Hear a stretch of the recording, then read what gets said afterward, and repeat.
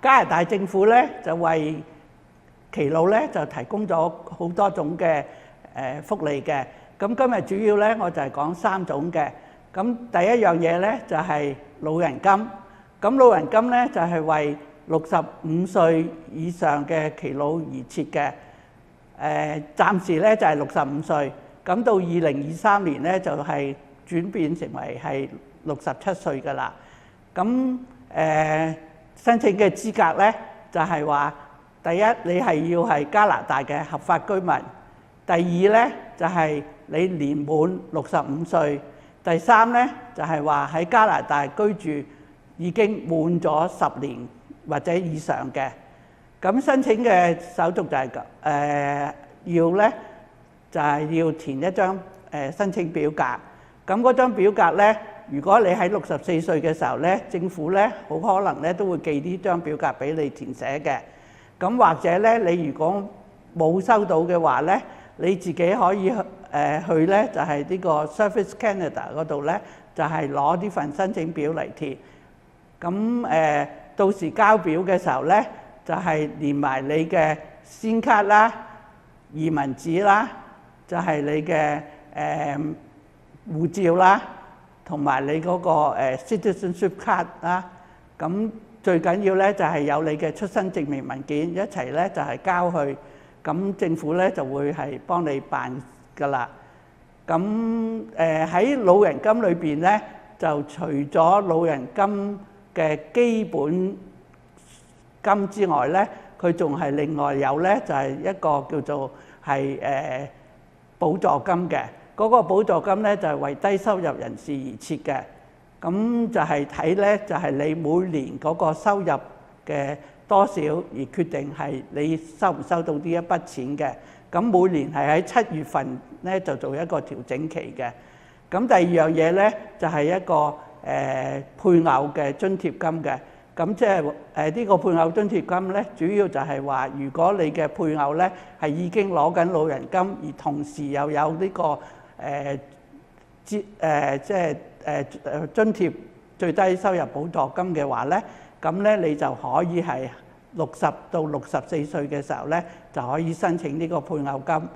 咁第3種咧就係呢個關寡金，就係話咧你自己先生或者你嘅配偶唔喺度嘅時候咧，你係60至64歲又未攞到老人金嘅時候咧，你就可以係申請呢樣嘢嘅。咁所有呢啲申請嘅咧都係咧就係佢政府咧就會係有信通知你係得唔得或者係點樣樣嘅。咁如果有咩問題咧，你可以咧就係去 Service Canada 或者係老人金嘅辦事處嗰度係查詢嘅，或者上網亦都可以得。跟住咧就係第二樣咧就係呢個老人屋啦。咁一般嚟講咧，啲老人家咧到咁上下咧都想有自己嘅居所啦，就唔想同埋啲後生一齊住嘅。咁你可以申請政府嘅老人屋。咁資格咧就係話如果你喺多士住嘅話咧，你想申請多士嘅房屋嘅話咧，就係59歲嘅時候咧就可以填寫申請表格。如果你喺約克區嘅房屋咧，你就要60歲嘅時候咧就填呢個申請嘅表格。咁申請嘅時候咧就係你可以揀幾多間房屋都冇問題嘅。咁亦都咧就係話你可以係選擇個區喺邊度嘅。咁但係咧你到時喺呢一紮你所選嘅房屋裏邊咧係邊度有嘅時候咧，就會係通知你，咁你就可以有3個嘅選擇機會。咁如果3個機會咧你都放棄咗嘅咧，咁咧你就要由頭再申請㗎啦。咁呢個就係政府嘅普通房屋嘅老人屋嘅申請嘅方法嚇。咁等咧就大家都唔知道要等幾耐嘅。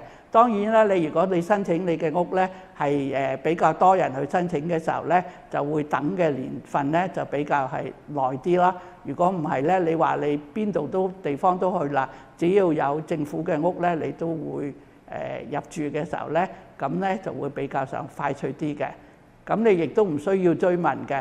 咁但係咧，你交咗申請表格咧，就最緊要一樣嘢咧，就係話你一定會收到一封信咧，就係房屋處話俾你聽，你有一個嘅申請嘅號碼。咁呢個號碼就好緊要嘅，因為你以後想查詢任何嘅嘢咧，如果冇呢個號碼咧，就係查唔到你嘅資料嘅。咁呢個就係老人屋。咁最後一樣咧，就係呢個護理院啦。護理院同老人屋咧就係有唔同嘅。護理院咧就係一定要係24小時，你都唔可以照顧到自己，而屋企人咧亦都唔可以照顧到你嘅。咁你咧就可以申請入住呢個護理院。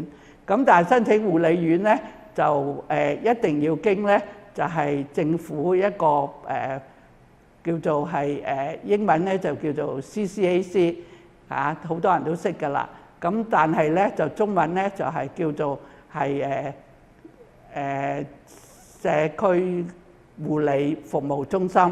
咁你一定要係要經由佢哋審核過咧，你嗰個程度咧，然之後先至可以安排你入住嘅。咁你申請嘅時候咧，你只可以有3個志願俾你揀。咁而咧佢派到俾你嘅時候咧，你就一定第一個志願嘅時候咧，佢一話有位咧，你一定要去。如果你唔去咧，就係冇㗎啦，就唔可以好似嗰啲老人屋一樣，嗰啲老人屋咁樣咧，就可以有3個唔同嘅選擇，你都可以選擇嘅嚇。你揀屋嘅時候咧，揀護理院咧就可以有3個 choice， 但係咧你俾到你嘅時候咧，你就第一個一定要去。呢個老人屋嘅租金咧，好多人都好想知道嘅。咁嗰個租金咧就係唔理嗰個屋嘅大細嘅。咁因為一般老人屋嚟講嘅時候咧，佢都有分係單人房啦、雙人房啊咁樣計算。咁但係咧就個租金咧就係以你嘅收入每年嘅收入嘅30% 係計租金嘅啫。咁即係話你今年嘅租金你嘅收入多啲咧，你嘅租金就俾多啲。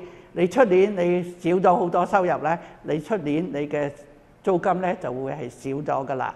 咁但係咧護理院咧就唔同嘅，護理院咧就有特定嘅租金嘅。咁咧就係根據咧佢有係私家房啦，或者係所謂大房啦咁樣咧就而計算嘅。咁不過咧，如果你係攞老人金嘅話咧，係一定係夠俾呢個房租嘅，所以唔使擔心嘅。以上所講嘅咧，即係好簡單嘅一啲嘅資料嘅啫。咁如果大家係想詳細啲，或者你真係想申請或者想了解多啲嘅咧，可以去到怡康中心嘅佢會有社工咧，就會係解答呢啲問題，或者係幫你申請嘅。